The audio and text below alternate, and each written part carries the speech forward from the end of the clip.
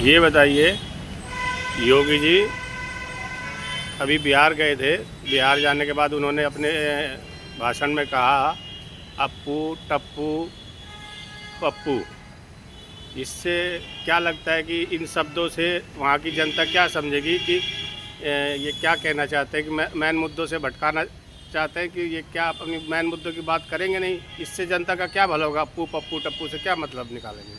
देखिए, कहावत आपने सुना होगा, बर्बादे एनडीए गठबंधन करने को बस एक ही उल्लू काफ़ी है। अंजामे एनडीए गठबंधन क्या होगा जहां हर शाख पे उल्लू बैठा है। ये इनके जितने भी लोग जा रहे हैं, अनाप शनाप बातें, असंसदीय भाषा का प्रयोग करना इनका जो है चारित्रिक पहचान बन गई। आप मुझे बताइए कि अभी कुछ दिन पहले इन्हीं के एनडीए गठबंधन का बिहार का डिप्टी सीएम सम्राट चौधरी, जो खुद फर्जी डिग्री के सहारे फर्जी प्रमाण पत्र कई बार उम्र का लगा चुका है, वो जो है वो खुद फंसा हुआ, उसका पर्चा खारिज होने जा रहा। उसने एक कलाकार को, खेसारी लाल यादव को, मानो गाली स्वरूप नचनिया पदनिया बोला। मैं ये पूछना चाहता हूँ कि बिहारवासी बतावे, देशवासी बतावे कि हेमा मालिनी आईपीएस अफसर हैं, कंगना रनौत जो है लेफ्टिनेंट कर्नल हैं, या क्या बोलते हैं इसका, जो गोरखपुर से सांसद रवि किशन, ये क्या ब्रिगेडियर हैं? और इसके बाद बतावें मनोज तिवारी क्या हैं? ये सीबीआई के डायरेक्टर जनरल हैं। और उसके बाद और जो नचनिया एक है, क्या नाम है, निरहुआ तांगे वाला, रिक्शे वाला, वो क्या ईडी का डायरेक्टर है?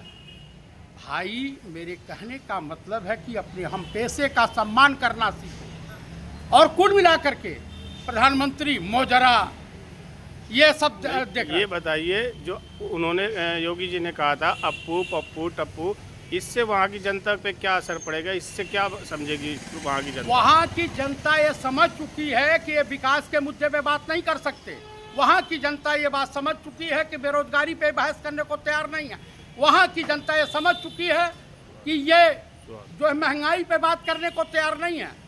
वहाँ की जनता समझ चुकी है कि इनकी एक कहावत प्रचलित है कि है लूट हमारी रीत सदा, मैं झूठ हमेशा दोहराता हूँ, 56 इंच का जोकर हूँ और देशवासियों को मन की बात सुनाता हूँ। ये है 35 टन सोना बेच दिया गया रिजर्व बैंक से।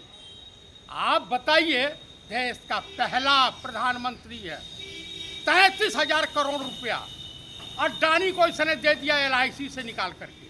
आप बताइए, देश बेचने वाला पीएम, ये गुजराती ठग जो अपनी पत्नी का नहीं हुआ, किसी का नहीं हुआ।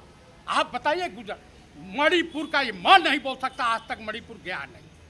आप मुझे बताइए, अभी अजीत डोभाल क्या कह रहे हैं?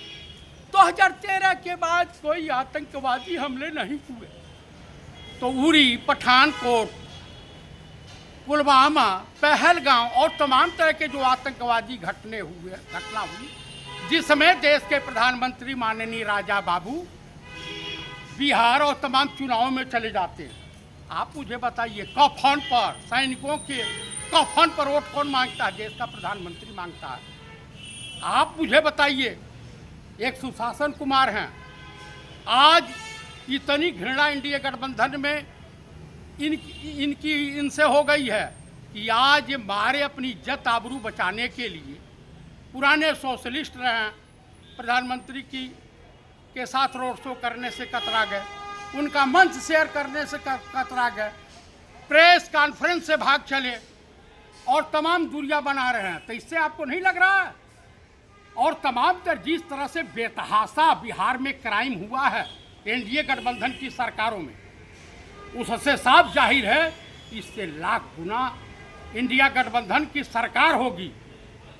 और मैं दावे के साथ कह सकता हूँ, 17-18 महीना माननीय नीतीश कुमार जी इंडिया गठबंधन के साथ मुख्यमंत्री थे और लोगों को कहाँ से रोजगार और कहाँ से नौकरी मुहैया कराई गई, उसमें कहीं कुछ नहीं।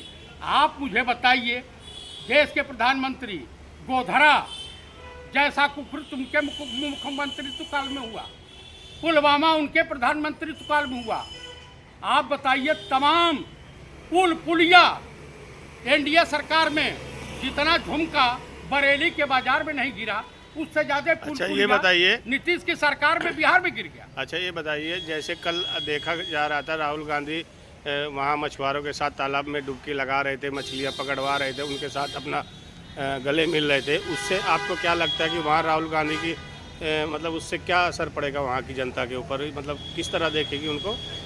देखिए, मैं एक दावे के साथ कह सकता हूँ कि आम पब्लिक के बीच पहुँचने की उनकी ख्वाहिश है। किस तरह से निषाद बिरादरी के लोग, मछुआरा वर्ग के लोग, या राजगिरी मिस्त्री, या दलित, शोषित समाज, या जो है तमाम तरह के रिक्शे वाले और तरेड़ी वाले, पटरी वाले, किस तरह से अपने जीवन यापन कितना मेहनत करते हैं, उसको समझने का जो यही तरीका है। भारत जोड़ो यात्रा में तमाम तरह के, तमाम प्रदेशों के लोग, तमाम पीड़ाओं से पीड़ित व्यक्ति हमेशा नेता प्रतिपक्ष माननीय पंडित राहुल गांधी से मुलाकात किया है। तो उससे ये होता है कि देश की, आप बताइए, सती प्रथा के अंत की लड़ाई राजा राम मोहन राय लड़े, स्वतंत्रता आंदोलन की लड़ाई पूरा देश लड़ा। उसमें तो जाति गठबंधन नहीं था, धर्मवाद नहीं था। तो ये देश को इकट्ठा करना है तो हर वर्ग, हर तबके के, हर धंधे को, हर जो है रोजगार, स्वरोजगार करने वाले को मजबूत करना होगा। और राहुल गांधी से जीत हार से नहीं, न उनको हारने का गम है और न जीतने का घमंड है। मोदी जी ने कहा है 75 लाख महिलाओं के खाते में 10-10 हज़ार रुपया जा चुका है, और कुछ लोग कह रहे हैं कि आचार संहिता लगने के बाद ये पैसा बांटा जा रहा है, इस तरह से वोट ये रिश्वत है, ये भ्रष्टाचार की श्रेणी में आता है। चीफ इलेक्शन कमिश्नर और चुनाव आयोग मौन है। आप बताइए, गोलीबारी हुई कितने दिन के बाद अनंत सिंह गिरफ्तार हुए, और अनंत सिंह को किस तरह से ले जाया जा रहा था जैसे ससुराल जा रहे हो। तो कुल मिलाकर के मैं यही कहूँगा कि मोदी जी को भी चाहिए, जिस तरह से राहुल जी तालाब में जंप किए हैं, मोदी जी भी जाकर जंप करें, या गंगा की नदी में जंप कर जाए, बीच धारा में जंप कर जाए। पता चला कोई जो जल समाधि ले लेंगे। राहुल गांधी एक पढ़े लिखे, ईमानदार, नेक दिल इंसान है, और दुनिया की यूनिवर्सिटियां बुला करके उनसे लेक्चर करवाती है, स्टूडेंट्स जवाब सवाल करते हैं। उसके बाद जो है वो 80 फुट समुद्र में विदाउट ऑक्सीजन गोताखोरी करने की क्षमता रखते हैं। उसके बाद जो है राहुल जी दुनिया के किसी तरीके का प्लेन उड़ा सकते हैं। ये क्षमता है देश के प्रधानमंत्री में कि फेंकना, जुमलेबाजी। हाँ, कहावत एक सुने होंगे, नरेंद्र नाम मेरा, सरेंडर काम मेरा। यही काम है। कहाँ तक भगोगे राजा बाबू, छैला बाबू, कहाँ तक भगोगे? तो मैं देशवासियों से अनुरोध करूंगा कि आप बिरादरीवाद, जातिवाद, धर्मवाद से दूर होकर के बिहार में इंडिया गठबंधन की सरकार बनाइए, खुशहाली लाइए। और मैं दावे के साथ कह रहा हूँ कि इंडिया गठबंधन के सरकार के बाद अनंत सिंह जैसे माफिया जेल की काल कोठरी में होंगे या पुलिस इनकाउंटर में मार दिए जाएंगे, और बिहार में शांति होगी कि 12 बजे रात तक भी कोई बेटी निकलना चाहे तो निकल जा, और उसके तरफ आँख उठा के देखने वाले को एकदम इतना तगड़ी सजा दी जाएगी कि उसकी नस्लें पछताएंगी। इसी के साथ मैं देशवासियों को, बिहार वासियों को जय हिंद, जय भारत, जय कांग्रेस बोलता हूँ। जय हिंद।